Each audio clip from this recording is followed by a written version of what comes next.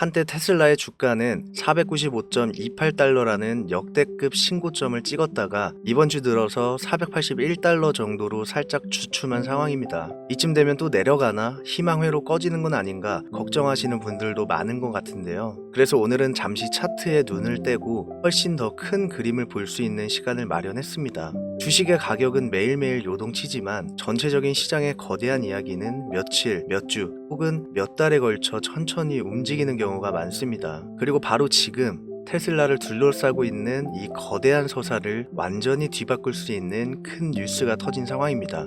2025년 12월 19일 델라웨어의 대법원이 모두의 예상을 깨고 일론 머스크의 2018년 보상 패키지를 완전 복원하라는 판결을 내렸는데요. 전 세계 주요 미디어들이 이 소식을 긴급 타전하고 있고 이로 인해서 일론 머스크가 돈을 더 많이 받겠다라는 이야기가 아니라 무려 7년이라는 긴 시간 동안 테슬라의 발목을 잡아왔던 최대의 불확실성이 마침내 해소되고 있습니다. 그렇다면 어떤 이야기를 하고 있을지, 또 테슬라는 다음 주에 정말 전고점을 또 한번 돌파할 수 있을지 같이 한번 살펴보도록 하겠습니다. 끝까지 함께 해주시길 바라고요. 그럼 시작하겠습니다. 우선 2018년 보상 패키지가 무엇이었는지를 한번 확인을 해본다면 간단히 말해서 일론 머스크가 테슬라에게서 받은 현금 연봉은 0에 가깝고 대신 테슬라가 미리 정해놓은 까다로운 시가총액과 매출, 수익성 목표를 단계적으로 달성하게 되면 스톡 옵션을 받게 되는 구조입니다. 구체적으로 시가총액이 1000억 달러부터 시작해 무려 6500억 달러까지 12단계에 걸쳐 올라가는 트렌치 시스템이고 여기에 매출과 이비타의 목표까지 전부 다 달성해야만 했습니다. 한마디로 테슬라를 진짜 어마어마하게 키워내야만 내가 그때 가서 보상을 받겠다라는 일론 머스크의 승부수로 해석할 수가 있습니다. 그리고 놀랍게도 테슬라는 이 모든 목표를 압도적으로 달성을 해냈고 일론 머스크는 분명히 보상을 받을 자격이 있습니다.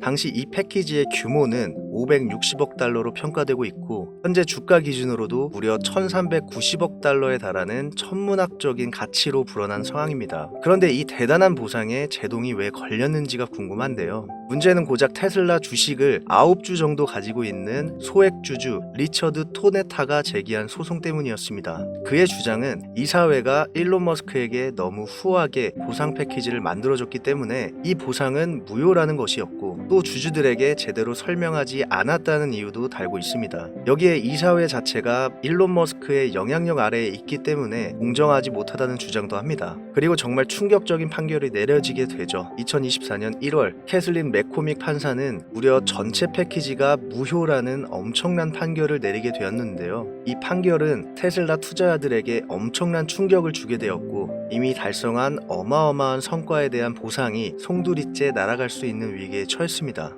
하지만 역전 드라마는 2025년 12월 19일에 펼쳐집니다. 델라웨어 대법원이 하급심의 판결을 완전히 뒤집어버린 것인데요. 대법원의 판결 요지를 요약해보면 이런 이야기를 하고 있습니다. 우선 하급심이 패키지 전체를 취소한 것은 너무 과도한 조치라고 말하고 있고 일론 머스크가 지난 6년 넘게 테슬라를 위해 쏟아부은 엄청난 노력과 기여를 아무 보상 없이 완전 무효로 만드는 것은 명백히 불공평하다고 말하고 있습니다. 또 대법원은 하급심의 완전 취소 처분이 지나치게 가혹하다고 판단하고 있는 것인데 이렇게 되면 패키지 전체 무효 판결을 내린 캐슬린 맥코믹 판사의 명예에도 흠집이 나게 되며 그동안 마음고생을 해왔던 테슬라의 주주들과 일론 머스크에게도 굉장히 좋은 소식인 것을 확인할 수가 있습니다. 핵심은 두 가지입니다. 첫째, 2018년 보상 패키지가 완전히 복원된다는 것이고 일론 머스크는 다시 막대한 스톡 옵션을 행사할 수 있는 권리를 찾게 되었습니다. 둘째, 소송을 제기한 원고 리처드 토네타에게 명목상 1달러만 배상하라고 판결이 나온 것인데요. 여기서 1달러 배상의 의미는 소송을 걸어줘서 고맙긴 하지만 보상 패키지는 그대로 복원한다 라는 법원의 강력한 메시지를 담고 있고 소송을 건 원고는 실질적으로 패소했고 일론 머스크는 7년 전쟁에서 완벽한 승리를 거두게 되었습니다. 이번 뉴스가 테슬라 주가에 미친 영향은 일론 머스크가 1390억 달러를 받았다는 사실 때문이 아니라 진짜 핵심은 7년 동안 테슬라를 짓눌러왔던 거대한 불확실성이 마침내 마침내 사라졌다는 데에 방점이 있습니다. 테슬라에 투자하는 분들이라면 마음 한편에 이런 걱정을 품고 있었을 것 같습니다. 일론 머스크가 xAI나 스페이스X 같은 다른 사업에 빠져서 테슬라에 대한 집중력을 잃거나 CEO직을 떠나버리는 건 아닐까? 계속되는 법정 소송과 규제 리스크 때문에 테슬라의 장기적인 전략이 흔들린 건 아닐까? 이런 우려가 나올 수밖에 없었습니다. 그렇기 때문에 이번 델라웨어 대법원 판결은 이런 우려에 대한 완벽한 답을 제시하고 있고, 첫 번째 우려에 대해서도 강력한 긍정적 시그널을 보여주고 있습니다. 일론 머스크의 보상이 복원되었다는 것은 곧 일론 머스크가 테슬라를 떠날 이유가 없다는 강력한 메시지가 됩니다. 오히려 테슬라의 성장에 직접적으로 연동된 보상을 받게 되었으니 더욱 테슬라에 집중하고 기여할 수 있는 유인이 커진 것이죠. 또 일론 머스크가 늘 강조해왔던 AI와 로보틱스의 시대에서 CEO는 회사의 비전을 흔들림 없이 추진하기 위해 충분한 지분과 통제력이 필요하다는 주장이 법적으로도 인정받고 있는 셈입니다. 가디언지에서는 이번 판결을 테슬라의 리더십 안정성을 극적으로 강화할 수 있는 최고의 호재로 평가하고 있고, 시장은 당장의 돈의 흐름보다는 기업의 안정성과 예측 가능성에 훨씬 더 큰 가치를 부여한다는 점을 생각해보면 이번 거머넌스 리스크가 줄어든 테슬라의 기업 가치에는 프리미엄이 붙을 것이고, 이는 곧 주가 상승으로 이어지는 자연스러운 수순을 밟게 될 것입니다.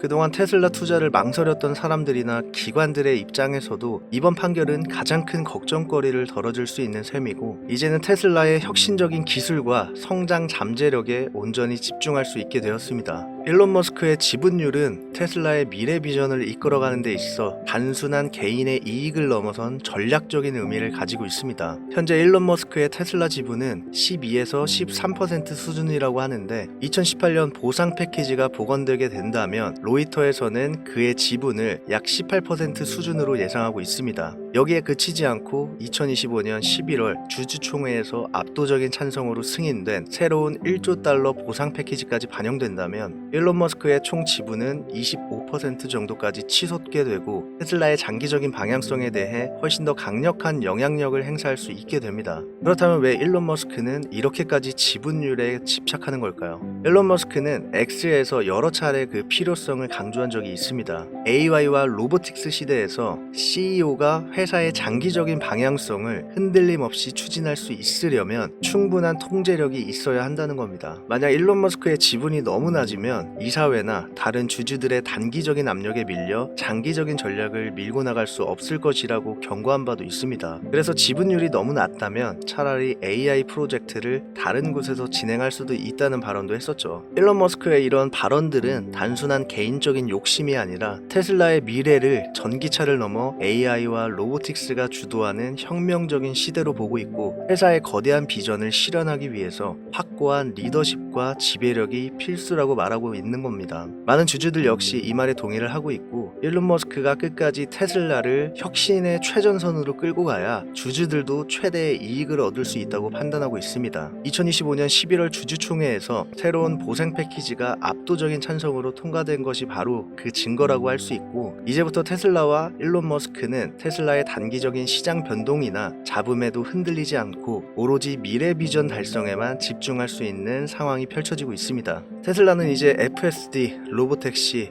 옵티머스, 메가팩을 필두로 한 에너지 스토리지 등 향후 10년에서 20년 이상을 내다보는 장기 프로젝트들을 추진하고 있는 명실상부한 인공지능 로봇공학 기업입니다. 이 중에서도 옵티머스는 테슬라의 미래 비전이 얼마나 원대하고 혁명적인지를 보여줄 수 있는 핵심 프로젝트인데요. 현재 옵티머스는 이미 생산 준비 단계에 돌입했고 단순한 연구개발 단계를 넘어선 상황입니다. 2026년 초에는 수천 대의 옵티머스 생산을 목표로 하고 있습니다. 이는 시장에 본격적으로 로봇 노동력이 투입되기 시작할 것이라는 시그널을 보낼 수 있고, 옵티머스의 궁극적인 장기 비전은 바로 인간의 노동을 대체해 생산성을 폭발적으로 증대시키는 것입니다. 이렇게 되면 인류의 근본적인 경제 패러다임 역시 바뀔 잠재력을 가지고 있고, 우리가 예상하고 있는 미래는 전혀 다른 방향으로 갈 수도 있습니다. 일론 머스크는 옵티머스의 목표 가격을 2만에서 3만 달러로 제시하고 있고, 이 가격은 인간 노동력보다 훨씬 더 저렴하고 효율적입니다. 이를 통해 제조, 물류, 서비스 산업의 전반에 걸쳐 자동차와 노동력 대체라는 거대한 물결을 가져오게 될 것이고, 이러한 혁명적인 사업들이 단기적인 분기 실적으로만 평가되거나 주가 등락의 일희일비에서는 절대 성공할 수가 없습니다. 꾸준하고 장기적인 투자, 그리고 흔들림 없는 비전으로 이런 거대한 전략들을 밀고 나가야 비로소 결실을 맺을 수가 있습니다. 이런 거대한 인류의 미래 프로젝트를 끝까지 밀고 나갈 수 있는 유일한 사람은 일론 머스크라고 보는 시각도 많고, 보상 패키지의 복원 판결은 주주들의 선택을 법적으로도 든든하게 뒷받침해 준 것이라고 볼 수 있습니다. 자, 지금까지 영상 보고 계신 분들이라면 이제 테슬라에 대한 의심들은 거의 다 내려놓으셨을 거라 믿습니다. 사실 90년대 초반에도 똑같았어요. 인터넷 처음 나왔을 때 사람들이 뭐라 그랬냐면, 이걸 어디에 써? 이게 왜 필요해? 이런 얘기 많이 했죠. 근데 결국 그 인터넷이 세상 모든 걸 바꿔버렸잖아요. 지금 우리가 보고 있는 AI랑 로봇의 결합도 똑같습니다. 아니, 그 이상으로 올라갈 거예요. 앞으로 이 기술이 세상을 바꾸고 그 과정에서 어마어마한 수익이 나올 거예요. 그리고 그 중심에 있는 회사가 바로 테슬라입니다. 근데 제가 하고 싶은 말은, 테슬라 무조건 들고 가세요, 이런 식의 단순한 멘트가 아닙니다. 제가 말하는 테슬라는요, 앞으로 5년, 10년, 20년 동안 적게는 생활비에서 크게는 진짜 수십억까지 평생 우리 삶을 책임질 수 있는 자산으로 보셔야 한다는 거예요. 이건 그냥 한 번 사고 끝내는 종목이 아니라 평생 계좌 핵심 자산으로 가져가야 하는 종목입니다. 근데 또 현실적으로 생각해보면 지금 당장 매달 나가는 고정비, 애들 교육비, 생활비 이런 것도 해결해야 되잖아요. 그래서 필요한 게 뭐냐? 바로 포트폴리오입니다. 장기적으로 테슬라 같은 미래 자산을 가져가면서 단기적으로는 지금 내 시드를 빠르게 늘려줄 전략도 같이 가져가야 한다는 거죠. 근데 이 기준이 없으면 어떻게 돼요? 이 종목 좋다 그러면 사고, 저 종목 난리 나면 또 사고, 결국 세력들 물량 정리할 때 위에서 받아주고, 시장이 빠질 때 공포 와서 밑에서 던지고, 이거 몇 년째 반복하시는 분들 분명 있으실 겁니다. 이 악순환 끊으시려면 무조건 공부하셔야 됩니다. 자, 그래서 제가 준비한 게 있습니다. 지금 화면 보시면 책 한 권이 보이실 텐데요. 이 책이 뭐냐면, 이 종목 사세요, 저 종목 사시면 돈 법니다, 이런 책이 아니고요. 아예 해외 주식을 처음 접하시는 완전 초보자분들도 바로 이해하실 수 있게 구성한 해외 주식 교과서 같은 책입니다. 표지에 딱 적혀 있죠. 연금은 국내, 노후는 해외. 이 말이 진짜 중요합니다. 우리가 지금 받는 월급, 세금, 연금은 전부 국내 기준으로 돌아가는데, 정작 우리가 노후에 써야 할 자산은 이미 글로벌 시장 중심으로 움직이고 있다는 거예요. 전 세계 자본이 어디로 흐르는지, 왜 지금 투자자라도 해외 시장 구조를 이해해야 하는지, 이걸 사례 중심으로 아주 쉽게 정리해 놓았습니다. 보통 해외 투자 책들 보면 경제 얘기 잔뜩 하고 기술적 분석 잔뜩, 읽고 나면 그래, 그래서 어떻게 하라는 건데, 이런 느낌 많이 드시죠? 근데 이 책은 실전 중심입니다. 해외 주식 계좌는 어떻게 만드는지, 어떤 증권사를 쓰면 수수료가 유리한지, 환전은 어떻게 해야 돈이 덜 빠지는지, 그리고 첫 $10,000는 어떻게 채워갈지, 그냥 따라하기처럼 단계별로 정확하게 정리해 놨습니다. 책 한 권 보면서 그냥 그대로 따라하시면 계좌 만들고 환전하고 종목 사고 팔고 직접 할 수 있게 만들어 드린 거예요. 그리고 중요한 포인트 하나, 이 책은 판매용이 아닙니다. 이건 저를 찾아와 주시는 우리 구독자분들께 드리는 선물이에요. 받는 방법은 진짜 간단합니다. 구독, 좋아요, 알림 설정 이 세 가지 눌러주시고 댓글에 노후 준비 네 글자만 남겨주세요. 그러면 제가 한 분 한 분 이북 링크를 직접 답글로 달아드립니다. 근데 나는 댓글 쓰기 싫다, 계정 노출 싫다 하시면 여기 화면에 나오시는 제 직통 번호입니다. 여기로 노후라고만 문자 보내주세요. 그러면 조용히 문자로만 링크 보내드리겠습니다. 댓글 필요 없습니다. 다만 구독, 좋아요, 알림 설정 이 세 가지는 꼭 좀 부탁드립니다. 그게 제가 이런 자료를 계속 만들 수 있는 힘이에요. 마지막으로 제 마음 한구석에는 항상 이런 생각이 있어요. 과연 평범한 개인도 세력, 알고리즘, 기관한테 휘둘리지 않고 투자로 인생을 바꿀 수 있을까? 그래서 제가 8년치 데이터 흐름, 실적, 펀더멘털, 밸류에이션 사이클 자금, 수급동선 이 네 가지 축으로 해외 시장을 완전히 분해해서 제 방식대로 다시 조립한 이 책을 여러분께 공유드리는 겁니다. 정보는 아는 사람이 가져가고 모르는 사람이 내주는 구조입니다. 우리 구독자분들만큼은 제발 내주는 쪽이 아니라 가져가는 쪽이 되셨으면 좋겠습니다. 오늘 영상은 여기서 마무리할게요. 이번 기회만큼은 조용히 구경만 하다 지나가지 마시고 여러분 계좌의 실제 수익으로 연결을 해보세요. 시청해주셔서 진심으로 감사드립니다. 다음 영상에서 더 깊고 더 실전적인 내용으로 다시 찾아뵙겠습니다. 고맙습니다.